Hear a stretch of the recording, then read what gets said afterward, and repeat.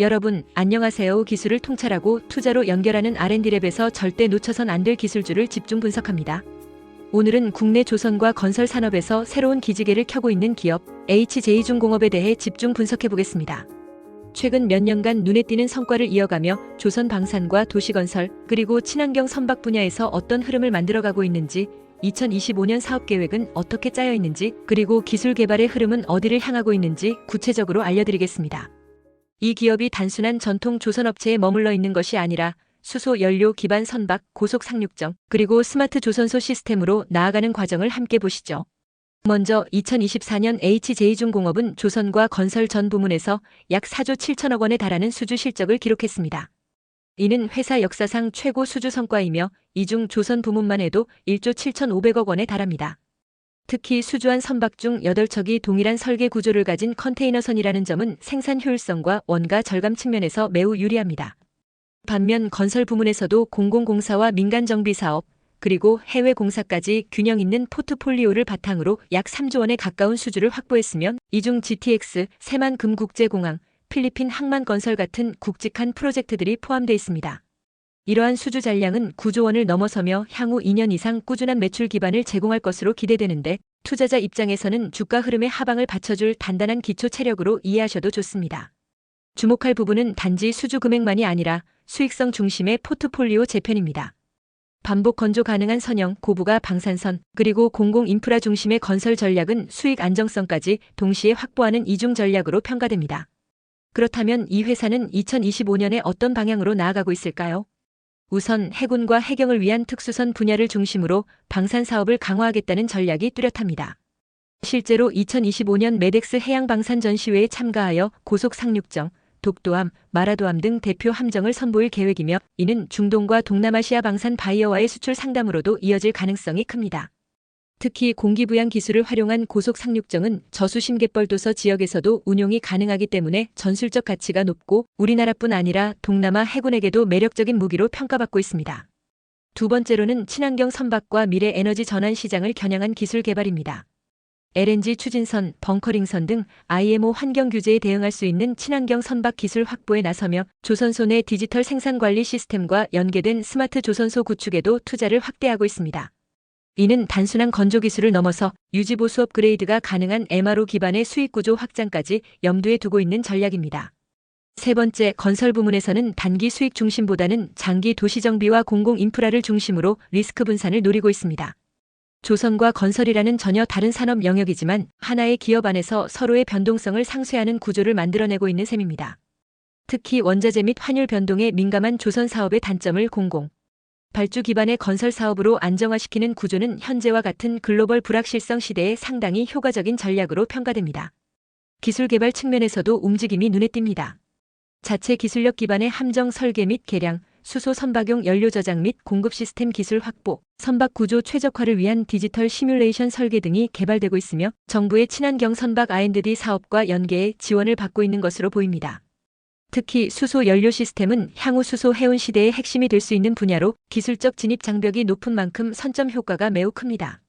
이 모든 점들을 종합해보면 HJ중공업은 단지 옛 한진중공업의 명맥을 잇는 기업이 아닙니다. 방산 친환경 조선 공공인프라 건설 스마트 기술 융합이라는 사축 전략을 바탕으로 기술력과 수익성, 성장성의 균형을 잡아가고 있습니다. 투자자 입장에서는 이 기업이 어떤 방향으로 매출을 구조화하고 있으며 어느 시점에 실적 반영이 시작될지를 세밀히 관찰할 필요가 있습니다. 현재까지는 분명히 과거 구조조정 이슈에서 완전히 탈피한 새로운 제도약의 국면에 진입하고 있다는 점에서 긍정적인 시그널로 해석할 수 있겠습니다. HJ중공업의 주가 상승할 기술 개발에 대한 좀 더 자세히 쉽게 설명하겠습니다. 끝까지 시청하시면 투자에 대한 핵심 포인터를 챙겨가시면 좋겠습니다. 오늘은 선박용 수소 저장 용기 및 연료 공급 시스템의 안전기준 개발이라는 다소 생소하지만 미래 친환경 조선 산업과 직결된 기술을 중심으로 이야기 나눠보겠습니다. 이 기술은 단순히 수소를 배에 싣는 수준이 아니라 수소를 얼마나 안전하게, 얼마나 효율적으로 저장하고 운송할 것인가에 대한 고도의 기술력과 설계 노하우가 집약된 분야입니다. 지금부터 이 기술이 왜 중요한지, 누가 잘하고 있는지, 어느 기업이 투자 매력 있는지, 시장은 어떻게 움직이고 있는지, 그리고 그 주가는 앞으로 어떻게 움직일지를 함께 살펴보겠습니다. 먼저 국내외 선두 기업들의 기술 경쟁력을 비교해 보겠습니다. 한국조선해양, 삼성중공업, 대우조선해양은 이미 수소 추진 선박 개발을 위한 핵심 기술을 다수 보유하고 있으며 특히 기체 및 액체 수소를 저장할 수 있는 복합소재 저장용기 설계와 고압 연료 공급 배관 시스템 분야에서 빠르게 기술 상용화를 진행하고 있습니다. 예를 들어 삼성중공업은 LNG선에서 쌓은 극저온 화물창 설계 기술을 기반으로 액화수소 저장 탱크 개발을 본격화하고 있으며 현대중공업은 IGF 코드 기반의 수소 연료 공급 모듈과 관련된 선급 인증을 획득해 나가고 있습니다.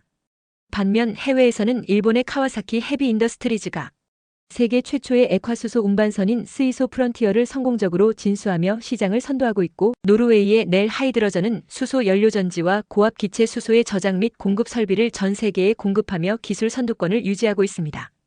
기술 방향에서 국내는 선체의 저장 용기를 내장하는 통합 설계를 통해 구조 효율성과 안전성을 동시에 확보하려는 접근을 하고 있으며 해외는 대형 저장 탱크와 기계적 내구성 중심의 설계에 집중하는 차이가 있습니다.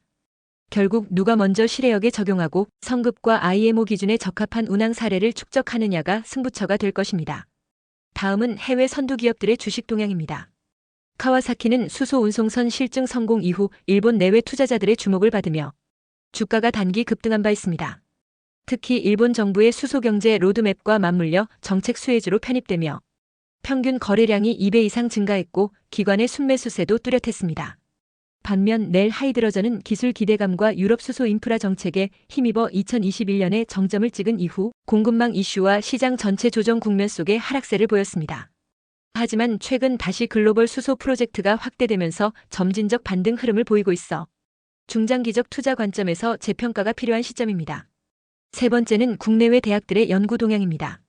국내에서는 서울대, 카이스트, 포스텍 등에서 극저온 수소 저장 소재의 물성 연구와 선체 통합형 저장 시스템의 구조 해석 연구가 활발히 이루어지고 있으며 특히 카이스트 청정에너지연구소에서는 IGF, IGC 코드 기반의 안전 설계 기법과 시뮬레이션 기반의 폭발 위험 예측 알고리즘 개발이 병행되고 있습니다.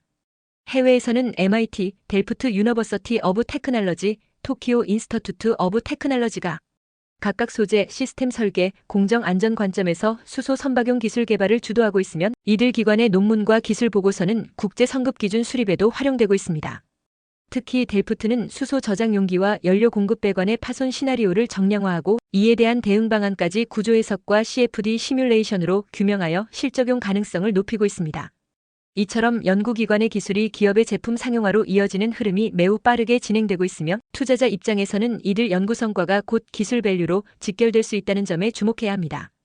이제 글로벌 시장 경쟁력을 살펴보겠습니다.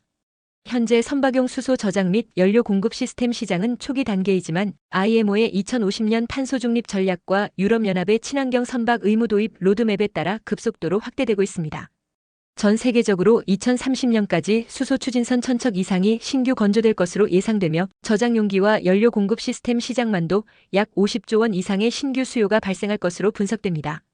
특히 액체 수소 기반 저장 시스템은 기술 장벽이 높아 상위 5개 기업이 대부분을 독점하고 있는 구조이며 이로 인해 해당 기술을 조기에 확보한 기업은 단가 결정권을 가질 수 있는 시장 지배력을 갖게 됩니다. 국내 기업의 경쟁력은 선체 내 통합 설계 기술, 복합소재 제작 역량, 선급 인증 경험 등에서 매우 빠르게 진화하고 있으며 향후 글로벌 조선 3사 중심의 모듈 수출 가능성도 제기되고 있습니다. 여기에 정부의 수소선박 실증 클러스터와 IMO 대응 기술 로드맵이 구체화되면 기술 시장 제도 3박자를 모두 갖추게 될 전망입니다. 마지막으로 투자자 입장에서 가장 궁금하신 주가 전망입니다. 결론부터 말씀드리면 이 분야는 단기보다는 중장기 성장에 초점을 맞춘 기술 성장주 영역으로 판단됩니다. 수소 선박 관련 기술을 가진 기업은 현재는 매출 기여도가 미미하지만 기술 라이선스 수출, 선급 인증 기반의 제품 납품, 친환경 선박 수주 증가에 따라 향후 3에서 5년 안에 실적에 반영될 수 있습니다. 특히 IMO의 GHG 규제 강화는 2026년부터 2차 도입 단계로 진입하기 때문에 2025년 하반기부터는 기술 인증을 완료한 기업 위주로 수주가 몰릴 가능성이 큽니다. 다만 초기 시장에서는 정책 지연이나 원자재 가격 상승, 인증 지연 등의 리스크가 상존하기 때문에 개별 기업의 기술력, 인증 현황, 고객사 확보 여부 등을 면밀히 따져야 합니다. 투자자라면 선박용 수소 저장 공급 시스템 기술을 보유하면서 실제 선급 인증 및 실증 테스트를 완료했거나 진행 중인 기업을 주목해야 하며 그 중에서도 2024에서 2025년 내에 실적 전환 가능성이 있는 기업에 대한 선제적 접근이 바람직하다고 판단됩니다. 지금 이 순간이 수소 기술에 올라탈 수 있는 초기 기회일 수 있습니다. 이 기술은 단지 친환경 트렌드가 아니라 조선업의 미래 생존 전략이자 투자자에게는 새로운 성장성의 좌표가 될 수 있습니다. 기술을 통찰하고 투자로 연결하는 R&D랩에서 설명한 지식이 투자에 도움이 되셨나요? 구독과 좋아요, 알림, 댓글 부탁합니다.